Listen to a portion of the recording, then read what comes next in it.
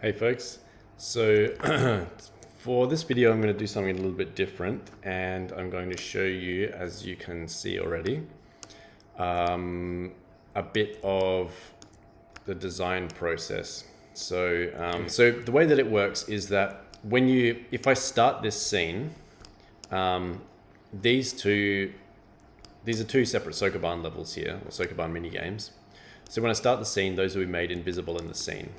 And what happens is that we enter a Sokoban through these telephones, and the reason for that will be made apparent later as the game is developed a bit more.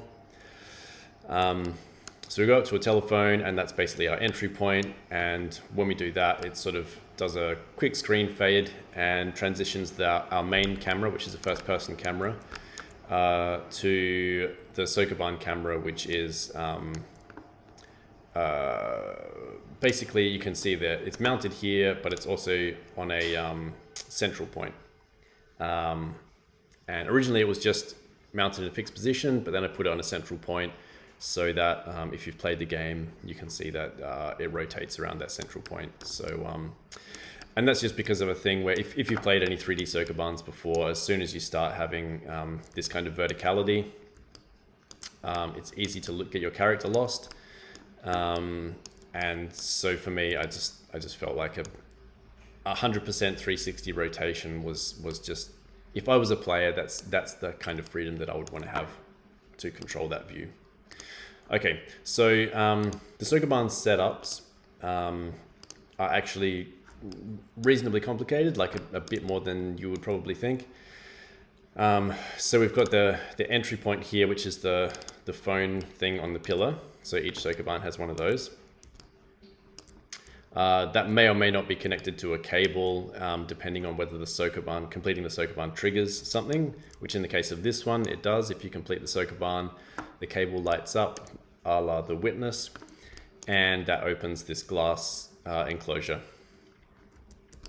In the case of this other one, you can see there's no cable here, and that's because if we go over to this Sokoban, there is a starburst there, and you can see that this puzzle piece represents the exit for each Sokoban. And so if there's no cable coming out of that puzzle piece, that also means that there's no cable coming out of the phone connected to anything. And that just means that whatever we do in the Sokoban is basically self-contained, so it doesn't trigger anything on the outside in the main world, outside of the minigame.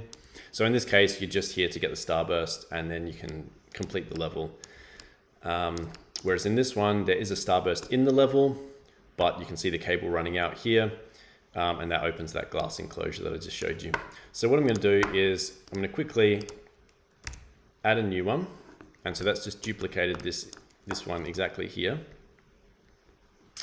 And you can see the central point is in the center of the scene. So as I said, all of these get made invisible, and they at the start of the scene, and they're only made visible again when that Sokoban is opened. So it doesn't matter, they could even be overlapping each other. It doesn't matter if one can be seen from the other, because at runtime, only the one that is currently active will be visible. So I can change this to 3. Now this enter Sokoban point, you can see that that's already been moved because I moved the Sokoban itself. So what I'm going to do here is I'm going to put this in a fun discoverable upside down position. I'm going to flip its rotation there. And I'm going to have that relatively sort of unadorned for now. I'll add in some nice gardeny bits later on. So for now, you can't interact with a phone unless your gravity is aligned to it. So to interact with this one, you need to be upside down.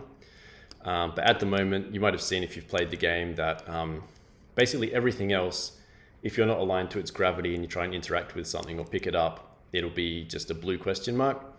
And the phones don't do that yet. So that's just something that I need to implement. But nonetheless, they function the same as if they were a blue question mark.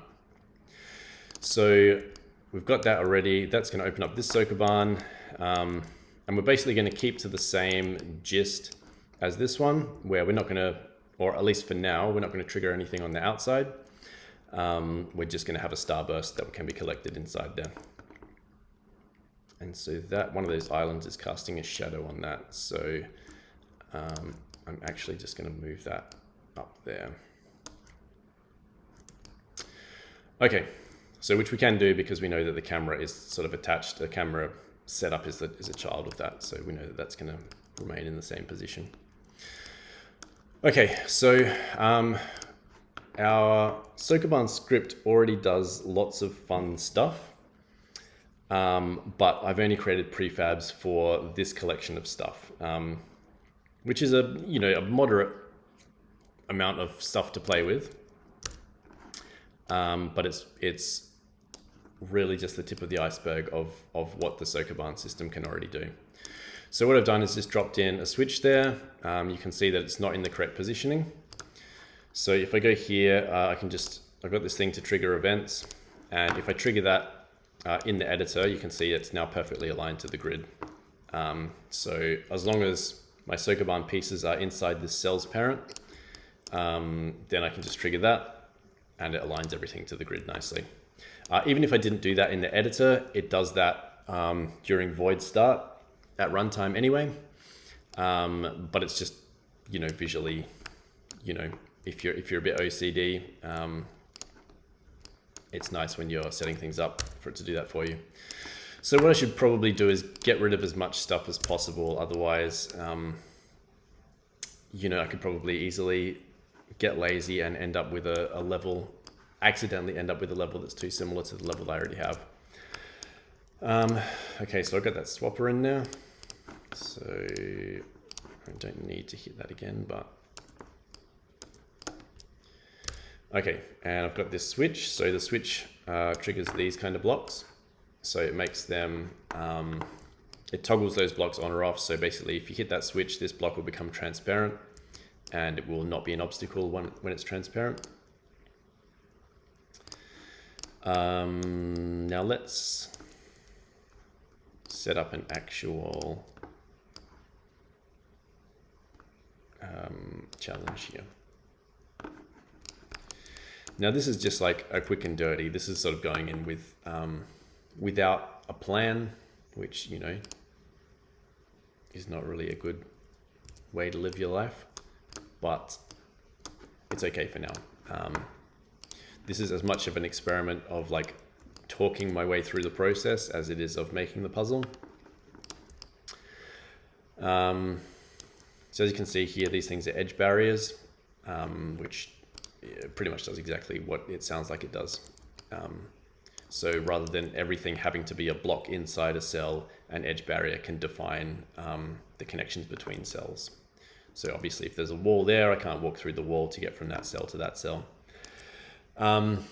Which kind of sounds like nothing, but for anyone who's programmed a Sokoban before, it's not exactly a trivial thing. Not that it's difficult to do, but in a lot of ways, every time you're defining something that's got to happen with an obstacle, it kind of doubles the amount of work that you have to do. At least the way that I've set them up anyway. Which still isn't a huge amount of work. This Sokoban system is set up reasonably well. But yeah, the same thing exists in Afterlight Fades, which is a Sokoban on a 2D grid instead of a 3D grid. And so learning how to do that edge barrier thing, or, teaching myself that for Afterlight Fades was a lot more work, and I made a lot more mistakes during that process. Okay, so what I'm going to do is just, again, I'm kind of just freestyling here, and which is difficult to do. I'm not the kind of person who can talk and do anything else at the same time. So just bear with me here. Okay, so obviously we're starting, let's even change the start position so that that's not the same as the previous puzzle as well. This thing with 2 dots on it is a swapper, which means that if we move our character into it, our character will take its position and it will take our character's position. So it literally swaps places. Let's also move that since that was the same. Okay, so let's think about this. So this is a pull, so we can only pull it, we can't push it. Okay, so let's think about what we're doing here. So because we can't pull that, and we've got no airstreams on this side, then basically we've boxed ourselves in there. So for now, let's just put that there. Let's just assume that that is something useful. And that swapper currently serves no purpose there. So let's do that. You can see I'm getting a bit too pedantic about having to align those things to the grid. Okay, so if I can walk around here, use that airstream, get up there, swap with that, hit that button. Now currently, that doesn't gain me anything because there's still no way to get up there. So what I might want to do is, let's say we're going to make this about making these things out of phase. And the way we're going to do that is that we're going to have one of these here as well. And I think or maybe we can use the pull to do that. Okay, so let's see, we walk over here, we go up there on that airstream. So let's say that, so that airstream with you can see the arrows there, that's a pullable. So let's just swap it with that because for now we don't need it to move. Even though there's nowhere we could pull it anyway because of the configuration, because of where it's sitting in the level. There's also no point to it being a pullable, so we don't want to unnecessarily confuse the player. So we go up there, get the airstream, take the airstream up there. These will be off at first. So we hit the button and it switches them on, but it still doesn't give us anything particular to work with. So what I am thinking is this there, and then we have a pullable. So I could have actually left that airstream in the level, but it doesn't matter.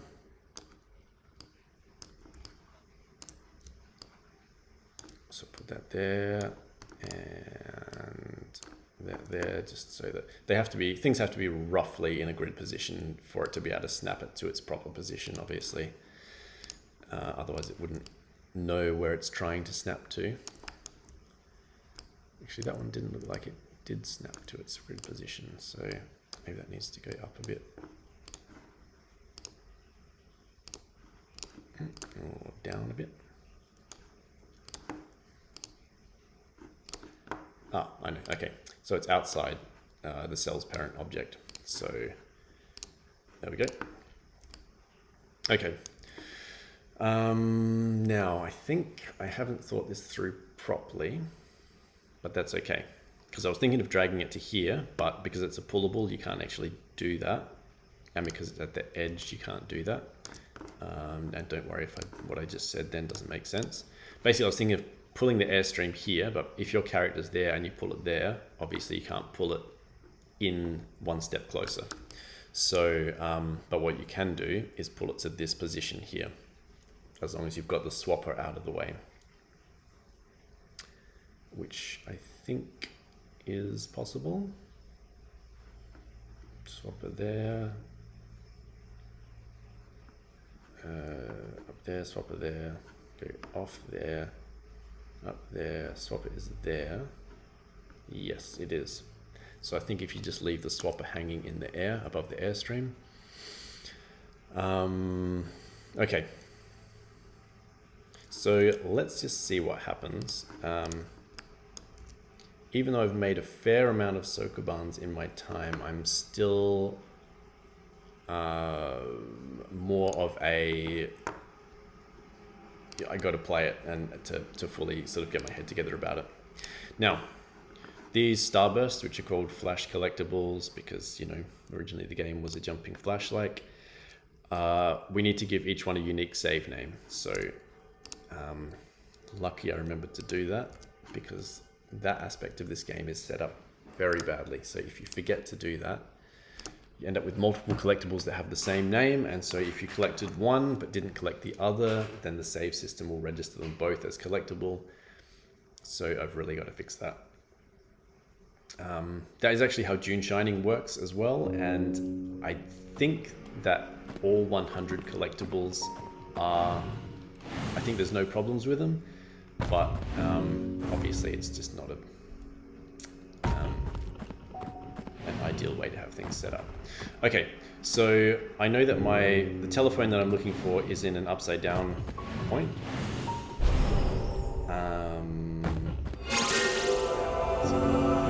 Even when you don't need a collectible, you just can't help but collect it.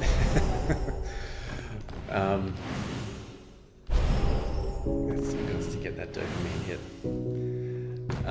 Okay, so I'm looking for one of these kind of upside down platforms here, but it's not that one, and it's not that one. Actually, I thought it was that one.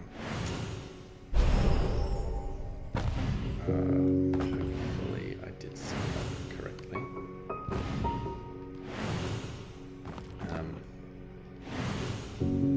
My spatial navigation skills, you know, for a game designer that makes 3D games are not that amazing actually. Okay, so it's up there somewhere. Okay, so I think it's more on this side.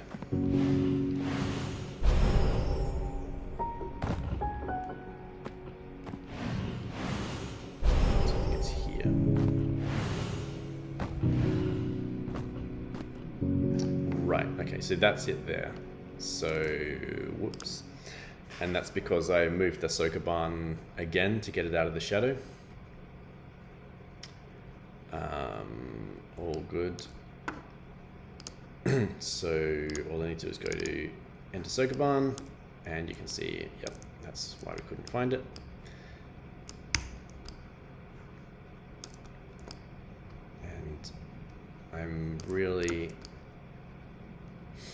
And I'm such a plants and foliage person, so when I see that thing there, just like bare with no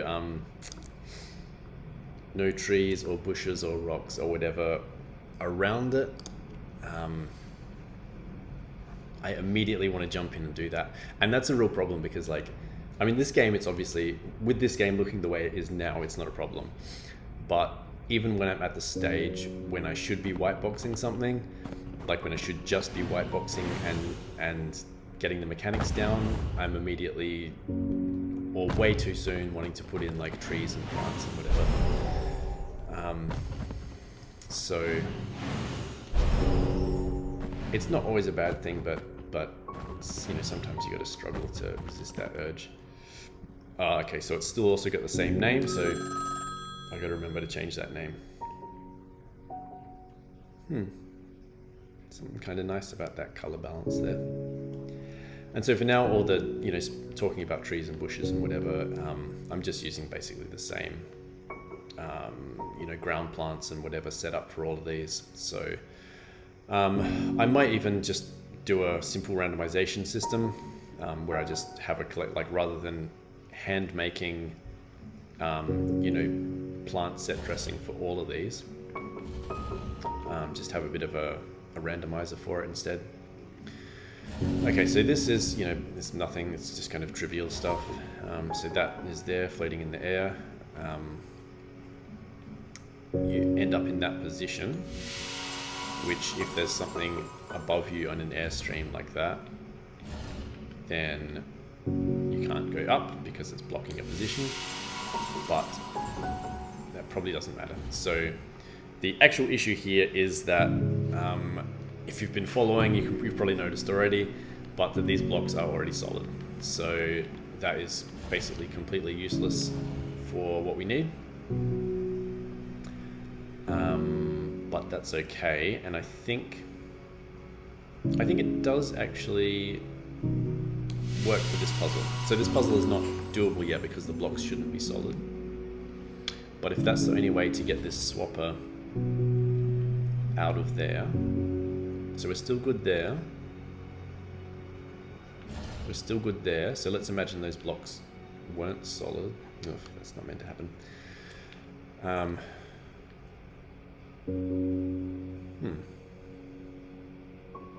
Okay, I'll have to check that. Yeah, so let's imagine that those weren't solid, and so we did that. So we had to get that swapper out of the way to make the blocks solid. We have to get that airstream there to get it in the right position.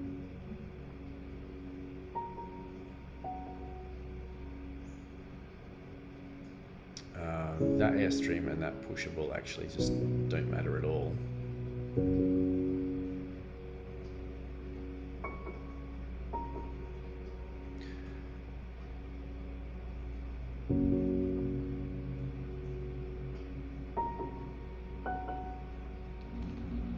So I wonder if we did that.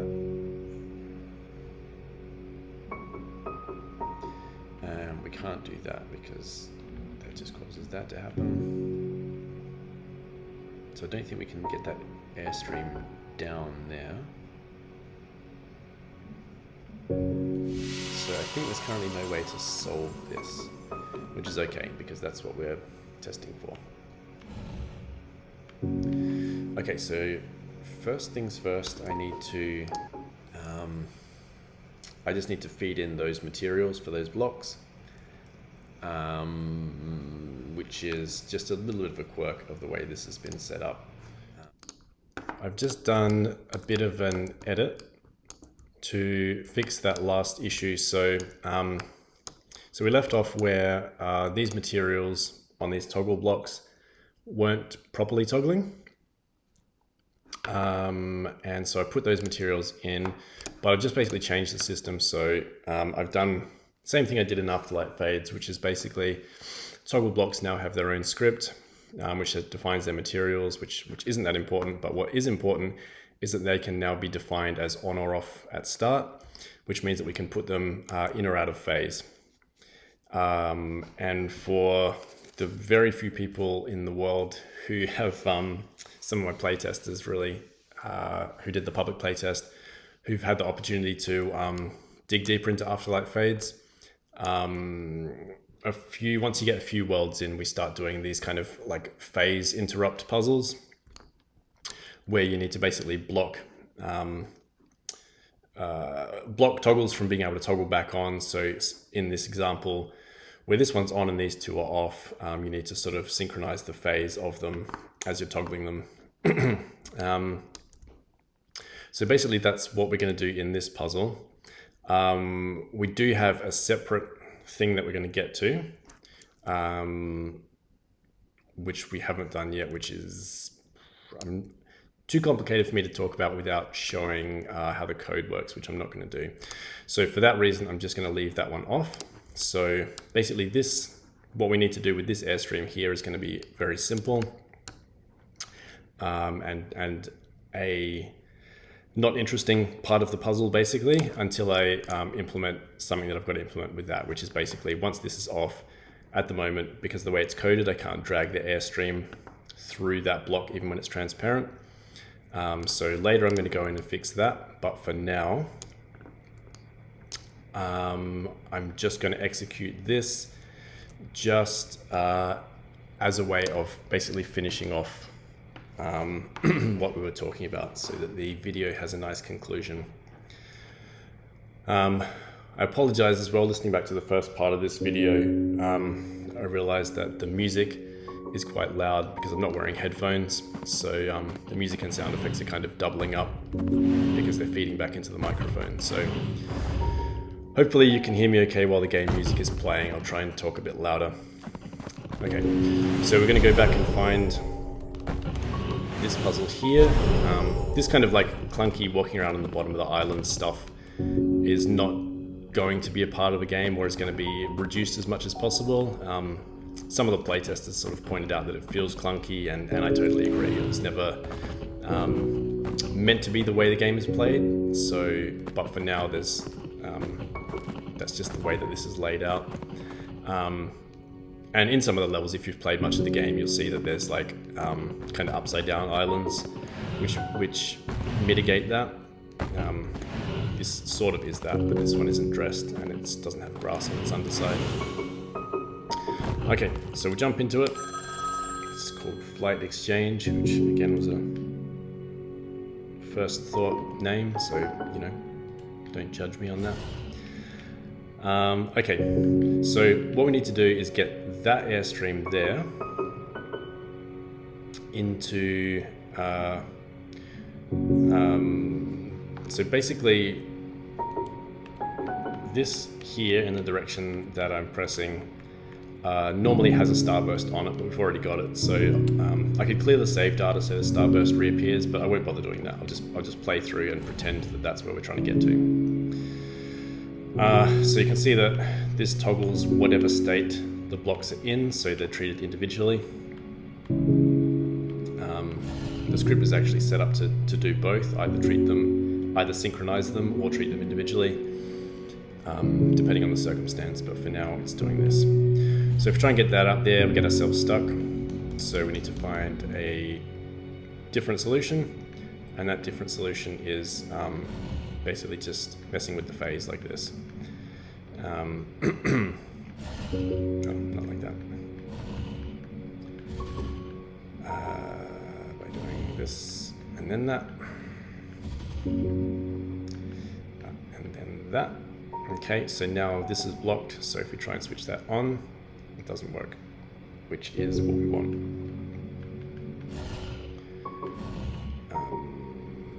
Is this what I want? I think that's the gist of what I want, but I just get that out of the way. Do that, yeah, okay.